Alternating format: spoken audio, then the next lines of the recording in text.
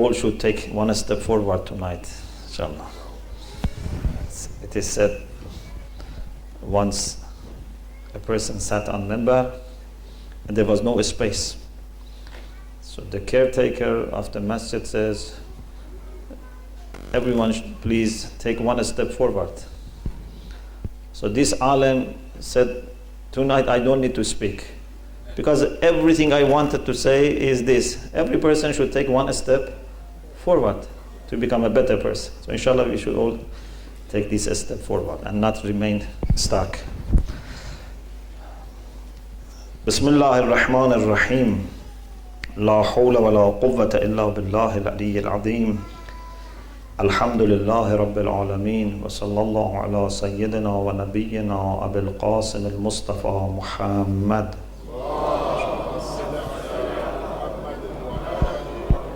وعلى آله الطيبين الطاهرين لا سيما بقية الله في الأراضين عجل الله تعالى فرجه الشريف وجعلنا من أعوانه وأنصاره.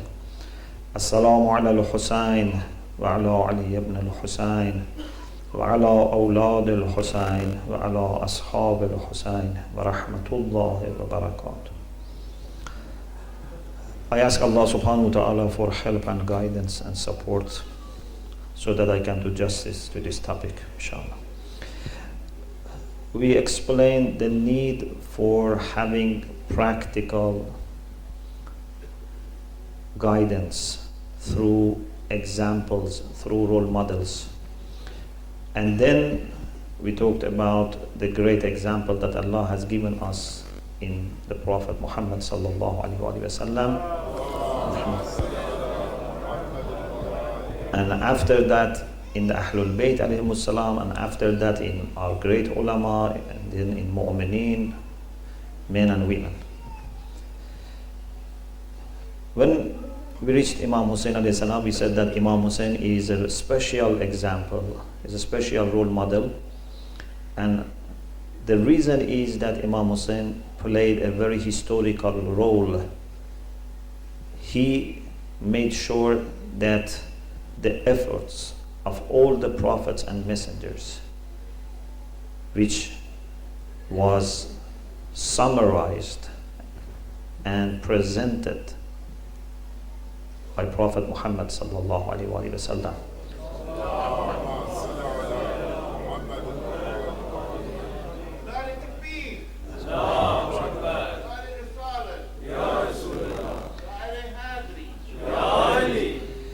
Is preserved and can continue, and then it would finally end with the aim of all the messengers, with the aim for which Allah has created us, and that is establishment of universal justice. Because Allah has two aims for our creation, two general aims. One is for every person, one is for mankind. The aim for every person is لِيَعْبُدُونَ مَا خَلَقْتُ الْجِنَّ وَالْإِنسِ إِلَّا لِيَعْبُدُونَ. Allah has created each of us to become a servant of Allah, which means a servant of truth, a servant of virtues, a servant of all the beauties. This is for every person. But for humanity, what is the aim? The aim is to achieve the success of truth, the establishment of justice, establishment of kingdom of Allah on the earth. So we have two aims. One is for all humanity, one is for every individual. The aim for all humanity has not yet been achieved. Inshallah, when Imam Mahdi ajalallah ta'ala farajahu sharif comes, that will happen. وَلَقَدْ كَتَبْنَا فِي الزَّبُورِ مِنْ بَعْدِ الذِّكْرِ أَنَّ الْأَرْضَ يَرِثُهَا عِبَادِيَ الصَّالِحُونَ. Allah has mentioned this in different scriptures, that finally the earth would be inherited by the righteous people. never righteous people were in control of the earth. And therefore there was corruption, there was injustice. So, Imam Hussein alayhi salam, as we explained, has played a very important, crucial role in making sure that the efforts of the prophets are not lost and missed and wasted, and it can carry on without being misguided till Imam Mahdi inshallah comes. Now we want to see how can we benefit from Imam Hussein as Islam as a role model, and how can we share this role model with other people. This is very important discussion, and we have only one session, so I don't know what can I do, but inshallah maybe at least a little bit we can start and open this discussion. First of all, we need to know more about Imam Hussein alayhi salam. When you have a role model, what is the most important thing? What is the most basic thing? You should know your role model. It's not just enough to know the name of the role model. If you have a role model, imagine, look at what people do when they choose an actor as a role model, or I don't know, a footballist as a role model. You see, they try to find out everything about him. Even what does he eat? Which restaurant? Which hairstyle? I don't know. Which car he has? What was for example, a school that he was going to? Where do parents live? You see, they try to realize everything about these celebrities. This is very much, common. If we have a role model like Hussein alayhi salam, shouldn't we know everything possible about him? I'm not telling you to know Hussein as he was. This is not possible. But know Hussein as it's described to us, as it is portrayed in the books and resources that we have. Imam Hussein alayhi salam lived for almost 57 years. Most of us only know the last few weeks of his life. What he did from the time he left Medina, then he went to Mecca, and then on the way to Kufa, he was stopped in Karbala. So everything is just about these few weeks. Sometimes I mention this example. I say Allah has given us a reference which has 14 volumes. And in this reference, you have everything that you need. The 14th volume is not yet launched. But if you understand the previous 13 volumes, you can understand what the 14th is about. But how much we know those 13 volumes? Some of the volumes we have not yet even opened. How much we know about Imam Hadi? This volume about Imam Hadi, we don't know. Some of them we have opened but have read just part of it. Only the last part about how they were killed, or a little bit about their birth. Our knowledge of these 14 volumes is very limited. This is not fair. If you have a role model, you have to try to know everything which is mentioned, which is registered, which is reported about that person. I want to mention just few examples that I think are very useful for us and also for everyone else to know about Imam Hussein, but there are lots of examples like this. For example, the kindness of Imam Hussein. This is something that we should know more about Imam Hussein, because we normally know only about the battle. But Imam Hussein was a very kind person, even inside the during the battle. There are many stories about this. For example, there is a story that Imam Hussein alayhi salam once was near a garden that he had, and he went inside to check what is happening, and he saw a servant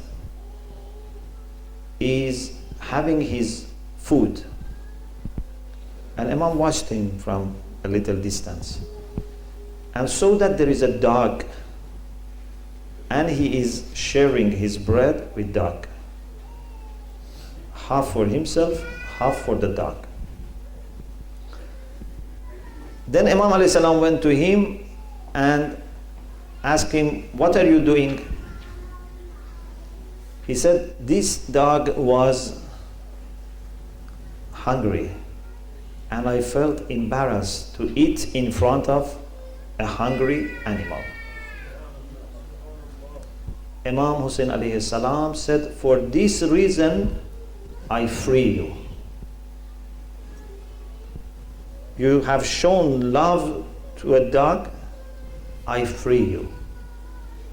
And then Imam alayhi salam, according to this historical source, gave him 2,000 dinar.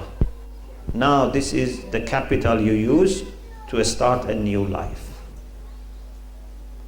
Look at the love of Imam Hussein alayhi salam and how he encouraged people to show love even to an animal. Some people think that we are against animals because we say dog is najas. They think we are not against animals. It's just everything should be in its right place. Islam says don't bring dog inside the house because then there is a chance that it may replace family members. You see, some people prefer to have dog instead of having a child, because having a child is full of responsibility and headache, but a dog is always loyal. It's easier to have a dog. So Islam wants us to keep relations between ourselves, human beings. But if you have a dog for farm, for gardening, you have a kettle, and the dog is, protecting, that's not a problem. And in any case, we are not cruel to animals. We love animals. We love insects. We love everything, because everything is a creature of Allah subhanahu wa ta'ala. Even our ulama say that if you have little water and you need to make wuzu, but there is a dog who is thirsty, and it's not enough for both, give water to dog and make tayammum. This is Islam. So Imam alayhi salam freed this person and gave him 2,000 dinar just by seeing this merciful action of this person. There is a story that once Imam alayhi salam saw Osama. Osama was a very young companion of the Prophet. You have heard the story of Rasulullah organizing an army and appointing Osama as the commander. And he said, لَعَنَ اللَّهُ مَنْ تَخَلَّفَ عَنْ جَيْشِ Osama. The story, So this Osama had become old, and Imam Hussein saw him, he's very sad. Why are you very sad? He said, I have some debt, and I am worried not about my death. No, I am worried that I may die and then it will be on my family to pay back. My family don't have this money, my wife, children. So I am very sad, because a mu'min, when he borrows something, should be very concerned till gives back. First of all, we shouldn't borrow easily. As much as possible, try not to borrow money, even if it is without interest. I'm not talking about interest. Interest is another issue. It's another problem.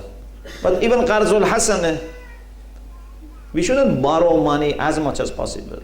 We shouldn't borrow things from people as much as possible. But of course, the people who are asked to lend, they should lend. That's another scenario. But we should be very hesitant to borrow. One reason is because then this is on your shoulder. It's on your dhimma. What happens if you die? Imam Hussein alayhi salam, on the morning of Ashura, you have heard this story. He said, make announcement among his army. It's very moving. The day of Ashura, enemies are there to kill them, and Imam has very little helpers, but Imam asked this announcement to be made. لا يقاتلن معي رجل عليه دين. If there is anyone among you who owes money to people, who owes something to people, who has some debt, should not fight with me. فإنه ليس من رجل يموت وعليه دين لا يدع له وفاء إلا دخل النار.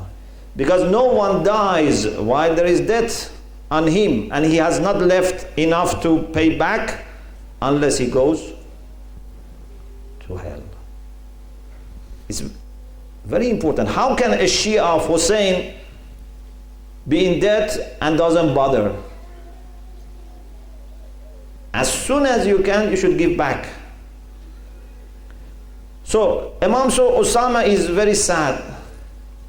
Imam said, I will be responsible.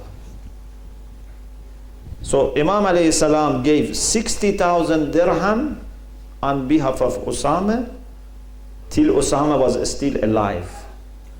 And Osama was released from this debt, and then afterwards he died.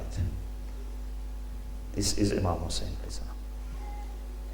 He is worried about death of another person. He says, on my responsibility, on my shoulder.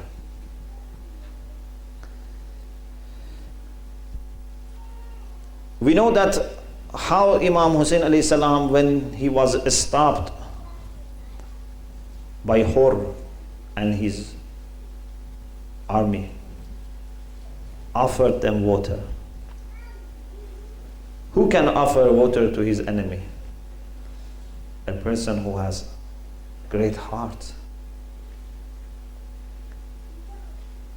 He shares water that they had. They didn't have plenty of water, tanks of water. They had, some water for themselves, but Imam alayhi salam shared with them. I was reading yesterday or the day before yesterday a very moving story. On the day of Ashura, people who knew Imam Hussein alayhi salam were very reluctant to fight one by one, because they knew how brave is Imam and how strong is Imam. So they were worried. They were hiding themselves.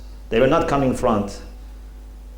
They were, shooting arrows, throwing, spears, but they were not ready for person to person fight. One person from Sham, he was not very much familiar with Imam Hussein. He went to fight Imam. Imam alayhi salam struck him and he fell down. Imam alayhi salam realized that he is not ready for death. Imam said, do you want me to release you? He said, please. So Imam left him and his people came and took him. In the battle, who is ready to forgive his enemy who was to kill him? And says, let people take him. Even it is said that when Shimr,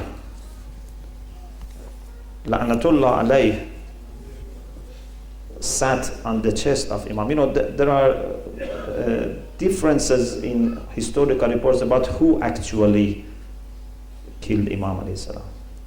But according to this report, which is in Bihar al-Anwar, volume 45, page 56, it says, فَقَذِبَ شِمْرُ لَعْنَةُ اللَّهِ وَجَلَسَ عَلَى صَدْرِ الْحُسَيْنِ. He became very angry. And you know, we have to be very careful about anger. When we are angry, we are just a toy in the hand of shaitan. Never do anything when you are angry. Never say anything. Never make any decision when you are angry. Shimr became angry first, and then he sat on the chest of Imam alayhi salam. وَقَبِضَ عَلَى لِحْيَتِهِ وَحَمَّ بِقَتْلِهِ. He took the beard of Imam and decided to kill Imam. What did Imam Hussein do? فَضَحِكَ الْحُسَيْنِ alayhi salam. Imam smiled at him. فَقَالَ لَهُ أَتَقْتُلُنِي وَلَا تَعْلَمُ أَنَا مَنْ. Are you killing me and you don't know who I am? So Imam wants to bring a little love to him. Maybe he changes. Maybe he doesn't do this crime. Imam is going to be killed anyway. But Imam doesn't want this be on the shoulder of even Shimr, such a great crime. أَتَقْتُلُنِي وَلَا تَعْلَمُ أَنَا مَنْ. Are you killing me and you don't know me? Perhaps you have forgotten who am I. And فَضَحِكَ, and he smiled. He didn't say this with anger. But Shem said, أَعْرِفُكَ حَقَّ الْمَعْرِفَةِ. I know you very well. أُمُّكَ فَاطِمَةُ الزَّهْرَاء وَأَبُوكَ عَلِيٌّ الْمُرْتَضَى وَجَدُّكَ مُحَمَّدٌ الْمُصْطَفَى. I know you very well. But even with Shimr, Imam Hussein is trying. Maybe even Shimr can change. Of course, Shimr didn't change, but it was his fault. This is a great example. Even to a person who is going to kill you, a smile and offer a chance, an opportunity for tawbah. If Imam Hussein was not accepting the tawbah of Hur, Hur had different situation today. Imam accepted easily, even without complaining a word. Why you did this? Now, okay, I am forgiving you, but you did this. No, even without a word of complaint, Imam accepted and said, yes, you are a good person. So, these are some examples of the life of Imam Hussein alayhi salam, and there are many, many about his generosity, about his humbleness. There's a story that some poor people of Medina, who were living on the sofa, the platform outside the masjid, they were very poor. They asked Imam Hussein alayhi salam to join them for their food. A person with very high, prestige and position sometimes finds it difficult to eat with the poor people on the ground. But Imam Hussein alayhi salam said, I join you, but there is a condition that also you come and be my guest and share with me my meal. So Imam had meal with them and also then invited them to his place. So we have to read very carefully everything about the life of Imam Hussein alayhi salam and try to implement. It's not enough that we have very good leader. It's not enough that we have the best leaders. How much we are sharing with them those virtues, how much we resemble them. In Farsi we say, گیرم پدر تو بود فاضل از فضل پدر تو را چه حاصل. Imagine your father is allama, is great alim, is marja, but this is not making you alim. How much you have learned, how much you have studied. Our imams have virtues, but how much these virtues can be found in us? This is the question. So first we should study their virtues. We should try to know everything about their life, their personality, but then to implement. Now, there are two ways of following Imams alayhimus salam, Ahlul Bayt, as our role model. I hope, inshallah, this point becomes clear tonight. Sometimes we read something, a hadith, a story, and then we try to apply this to a similar situation in our life. For example, I say, this is the way Imam alayhi salam treated his family, and I try to apply this to my family. This is the way Imam treated poor people, I try to apply to poor people. Okay, this is very good, but this is not enough.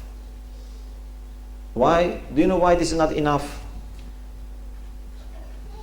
Because we may face in every age lots of circumstances, lots of set scenarios in life that would not have necessarily exact precedence. For example, how should I live as a Muslim in a non-Muslim society? Maybe you don't find anything in the life of Imam Hussein directly about this. But if you know Imam Hussein's teachings, especially with the guidance of ulama, we can draw some rules, some guidelines that would help us even with new situations. Why Imam Mahdi Ajjalallah Ta'ala Farajahu Sharif said,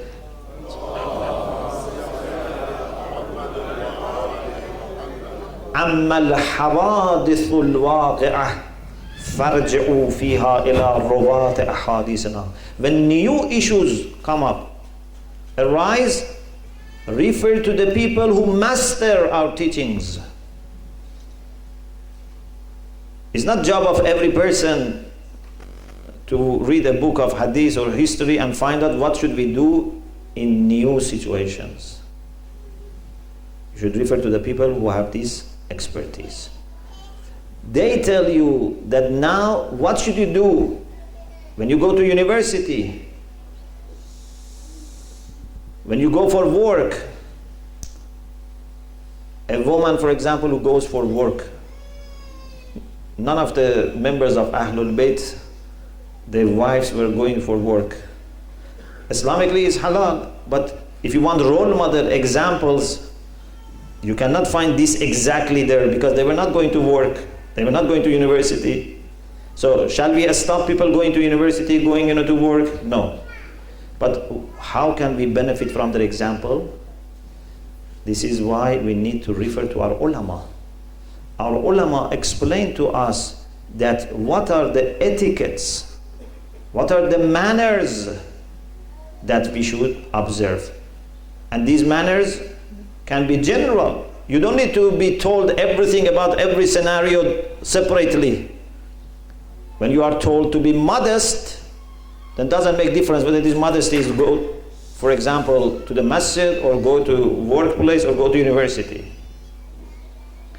So, if we want to benefit from the example which Allah has given us in Ahlul Bayt alayhimus salam, we should know as much as possible their lifestyle, their teachings, but with the help of ulama.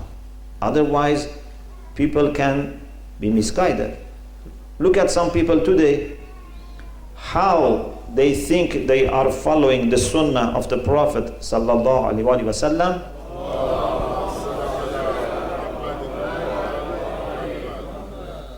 But everyone who knows a little bit of Islam would realize that this is not the sunnah of the Prophet. What we see today happening in the name of Islam, with the banner of Islam, with the banner of La ilaha illallah Muhammad Rasulullah by some people in Iraq and Syria, they say we follow the sunnah of the Prophet. Maybe some of them, maybe, God knows, maybe some of them are sincere, but definitely they are misguided. It's not that everyone is agent, maybe some are sincere, but they don't understand. When there is no a scholarly approach to Islam, there is no proper methodology, and everyone becomes a mufti, and everyone becomes a person who gives opinion on Islam, and lives of people, honor of people, properties of people become toys in the hand of these people, then you see tragedies happen in the name of Islam. So, to understand the example of Ahlul Bayt alayhi salam, the example of Imam Hussein alayhi salam in particular, which is our topic, we need to refer to our scholars who teach us the best way of understanding and generalizing those teachings and lifestyles and manners to every scenario of life that we are facing today. If we live, for example, in North Pole, what are we supposed to do? If we live in a place that we have to fast in summer 18 hours, what should we do? We follow the teachings of Ahlul Bayt, but with the help of ijtihad, with the help of fiqh, which has its methods. Okay, now let me go back to our personal approach. This issue by itself is very important, but we don't have time. I want to suggest something. I think there is a very practical and useful way of also using Ahlul Bayt alayhi salam as a role model. Instead of just studying and finding out beautiful practical tips and instructions, we can do another thing. And that is to develop a model of Imam Hussein inside your mind and heart. If you know Imam Hussein very well, then whenever you are faced with a situation that you should make a decision, think, what would Imam Hussein do if he was in my position? This is possible. I am telling you, 80%, if not more, of your problems will be very easily clarified. Many things that we do, if we honestly think, if Imam Hussein was in my place, what would he have done? We realize the answer. Because we know that Imam Hussein alayhi salam would not do any little zulm to anyone, wouldn't do any little selfish thing. Most of our problems comes from selfishness, comes from zulm, carelessness, just wanting to gain and not wanting to give. We think that if we give, we are losing. If we give, we are not losing. So we should try to develop a model of Imam alayhi salam who is in our heart. Imam should be in our heart. It's the time of Salat. Listen to that Hussein who is in your heart. What would that Hussein tell you? He doesn't say you should say your Salat on time. You cannot say, no, I don't know what does that Hussein say. It's very clear. Everyone who knows a little bit about Hussein would not have doubt that he should say Salat on time, because Imam did this even in the middle of the battle. How should I treat my neighbors? How should I treat my family, my in-laws? Listen to that Hussein that is in your heart. Inshallah, there is no Yazid in our heart, I hope. I hope Hussein is alive in our heart. If Hussein is alive in our heart and we listen to him, I don't think we would have any problem. Because Hussein would clearly tell us what to do. And then, how we can help other people with this Hussein. If I have Hussein in my heart, and I act as he tells me, then what would people see in me? Shall I repeat? If I have a live Hussein here in my heart, and I listen to him and act as he tells me, then what people would see in me? Wouldn't they see a follower of Hussein? Wouldn't see a person who is only doing good things? Then they would say, why this person is so special? Why this person is so selfless? Then they come to you. Can you tell me what is the secret of your success? Why you are so different? Why everyone loves you? Why everyone wants to be with you? Then you say, I am a Shia of Hussein. This is the best way of introducing Hussein.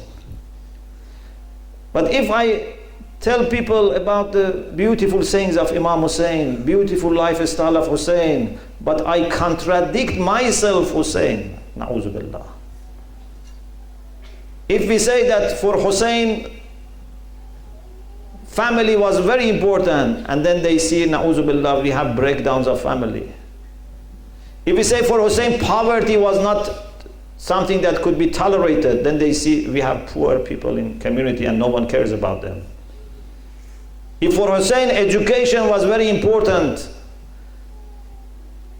and they see that we don't, pay attention to education, and so on and so forth, then I don't think they would take our talks, our words seriously. So if he was able to change, he should have changed you. The best way of introducing Ahlul Bayt alayhimus salam is to change ourselves and let the light of Ahlul Bayt, the beauties of Ahlul Bayt come from us to the people. So you try to have Hussein in your heart, then you yourself should become Husseini. Do you think if we had even few Husseini people in each community, people would go anywhere else? Who is going to replace Hussein with Yazid? Don't say, these people, for example, don't love, don't understand. No, most of these people have very good heart. Just they don't know. Most of the people around, even if they do some haram, it's not because they are bad. This is the way they are brought up.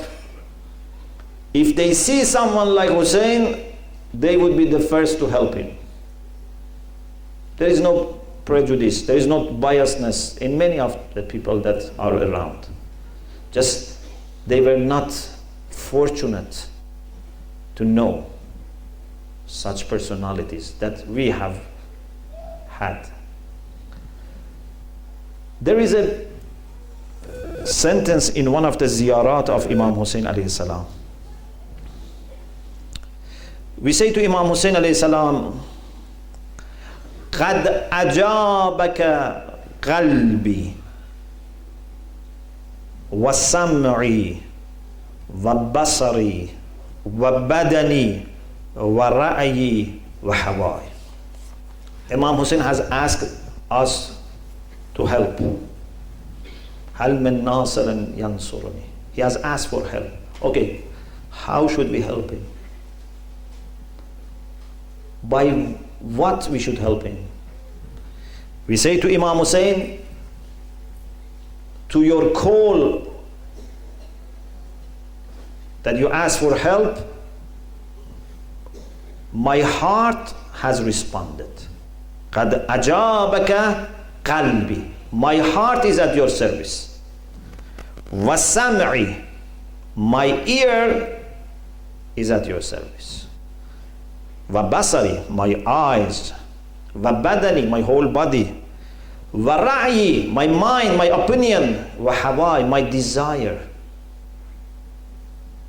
If my heart, my eye, my ear, my mind, my whole personality is responding to Hussein, here I am, labbaik ya Hussein, then shouldn't I become myself a little Hussein? A little model of Hussein?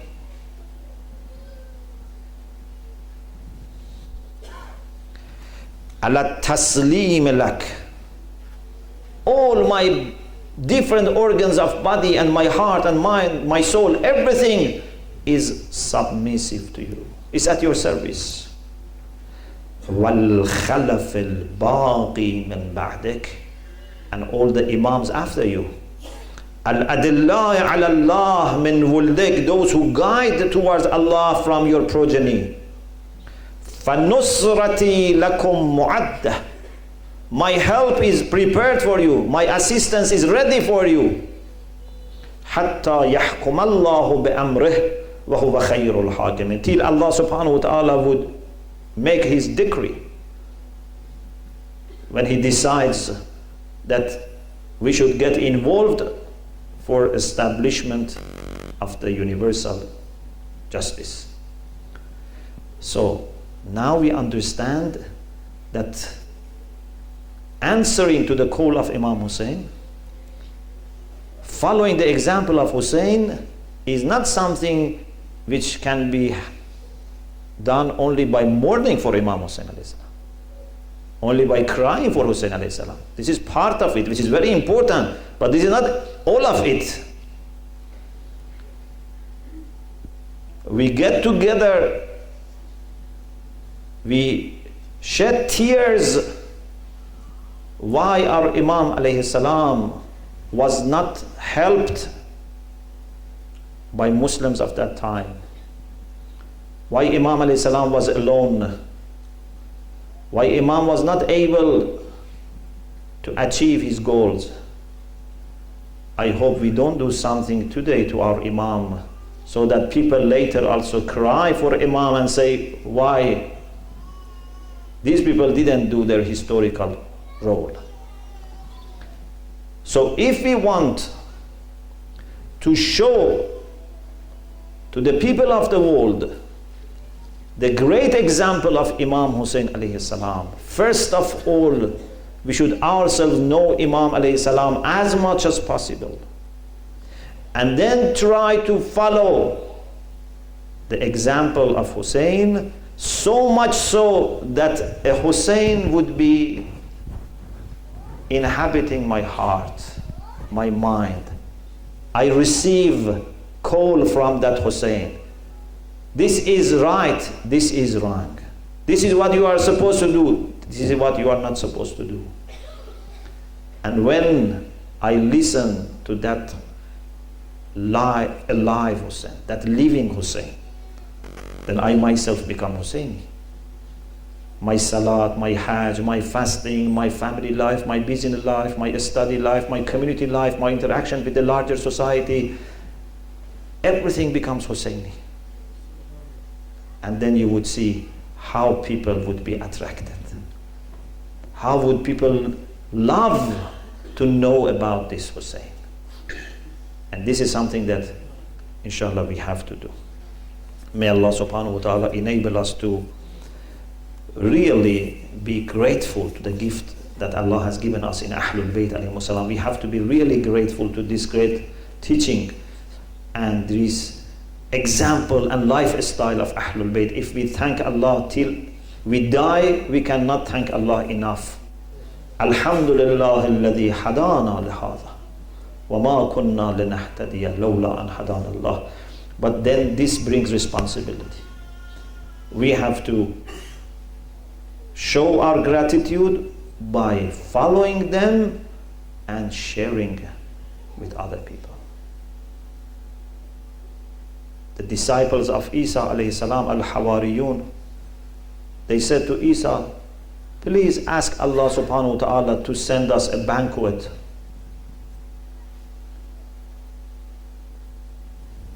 To ask Allah to send a banquet from heaven to the earth is something great. Then Isa alayhi salam mentioned the request to Allah subhanahu wa ta'ala, prayed. What did Allah say?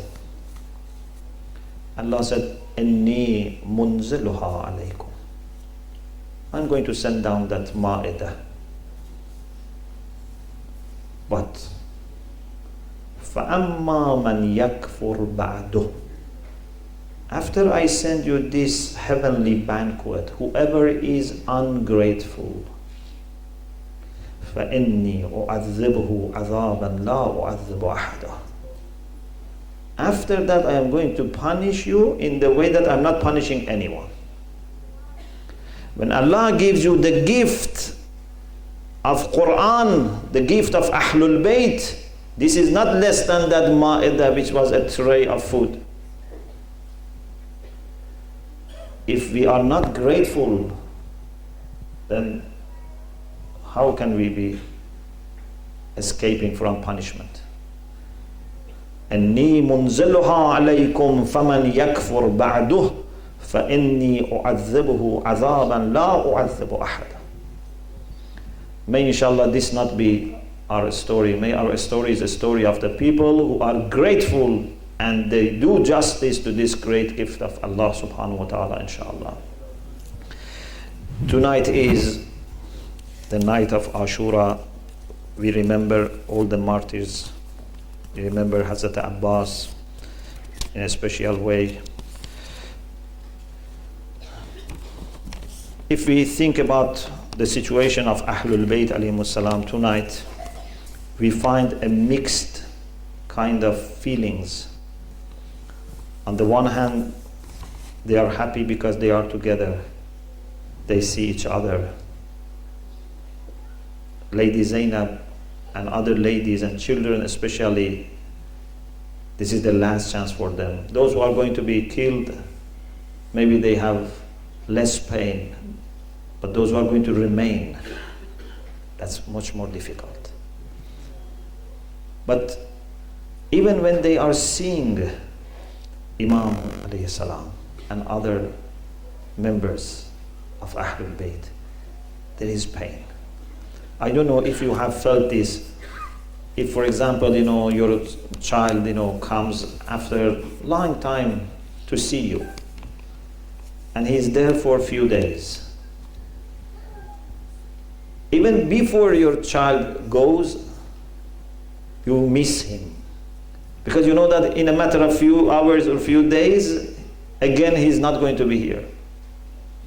Or if you have someone who is going to die, a relative that doctor said in few days he's going to die. So you see him, but still you are mourning for him.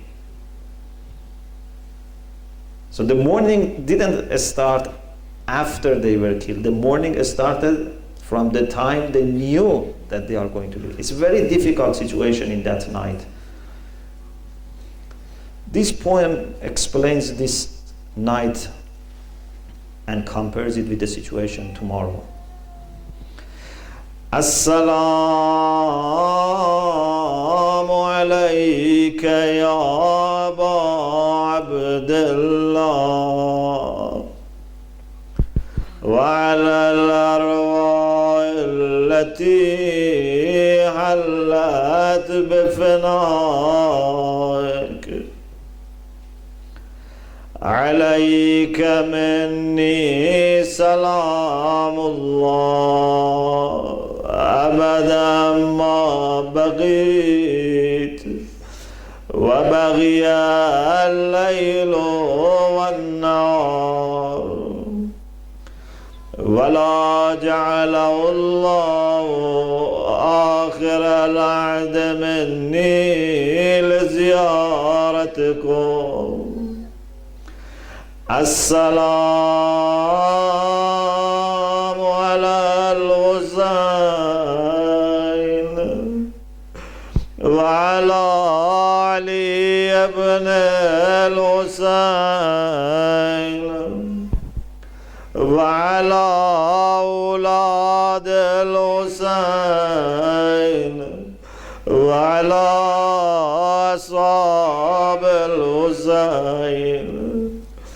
امشب شهادت نامه عشاق امضا می شود، فردا از خون عاشقان این دشت دریا می شود. Tonight the certificates for martyrdom will be signed, but tomorrow this plain will be filled with the blood of martyrs. امشب کنار یکدیگر بنشست آل مصطفی، فردا پریشان جمعشان چون قلب زهرا می شود.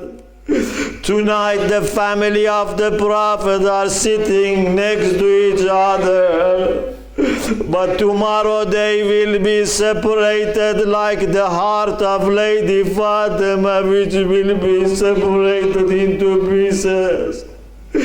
امشب بود برپا اگر این خیمه خون خدا، فردا به دست دشمنان برکنده از جا می شود. Tonight the tent of Hussein is intact, is standing right, but tomorrow the tent of Hussein will be burned. امشب صدای خواندن قرآن به گوش آید، ولی فردا صدای الامان زندشت برپا می شود. Tonight you hear the voice of the martyrs reciting the Quran, but tomorrow you would hear the voice of children asking for help. امشب کنار مادرش لب تشنه اصغر خفته است. Tonight next to his mother Ali Asghar is sleeping. فردا خدایا بسترش آغوش صحرا می شود. But tomorrow Ali Asghar would be sleeping on the sands of Karbala. امشب که جمع کودکان در خواب ناز آسودند، فردا به زیر خارها گمگشته پیدا می شود. Tonight the children are sleeping, but tomorrow Zainab has to go around and find them. امشب رقیه حلقه زرین اگر دارد به گوش، فردا دریغ این گوشوار از گوش او وا می شود. Tonight the lady Ruqayya has jewelry on her ears, but tomorrow enemies will take it away. امشب به خیل تشنگان عباس باشد پاسبان، فردا کنار علقمه بی دست سقا می شود. Tonight Hazrat Abbas is there. Everyone feels safe. Everyone is thirsty, but they are at least secure. And tomorrow Abbas alayhi salam would lose his hands. امشب که قاسم زینت گلزار آل مصطفاست، فردا ز مرکب سرنگون این سرو رعنا می شود. Tonight Qasim is like a beautiful flower decorating this feast, but tomorrow like a tree will be dropping from the horse. امشب بود جای علی آغوش گرم مادرش، فردا چو گلها پیکرش پامال اعدا می شود. Tonight Ali Akbar is next to his mother, but tomorrow like a flower will be destroyed by enemies. امشب گرفته در میان اصحاب سارالله را، فردا عزیز فاطمه بیار و تنها می شود. Tonight Hussein is surrounded by his companions, but tomorrow Hussein would be alone. امشب به دست شاهدین باشد سلیمانی نگین، فردا به دست ساربان این حلقه یغما می شود. Tonight Hussein has his ring in his hand, but tomorrow the enemy of Allah would take the ring and finger. امشب سر خدا بر دامن زینب بود. Tonight the head of Hussein is on the lap of Zainab. فردا انیس خولی و دیر نصارا می شود. But tomorrow the head of Hussein will be taken by Khuli and will be put in oven and then will be put in the monastery. ترسم زمین و آسمان زیر و زبر گردد زان، فردا اسارت نامه زینب تو اجرا می شود. I am worried that tomorrow the whole world would come to an end, because tomorrow Zainab is going to be taken as captive. ألا لعنة الله على القوم الظالمين وسيعلم الذين ظلموا أي منقلب ينقلبون.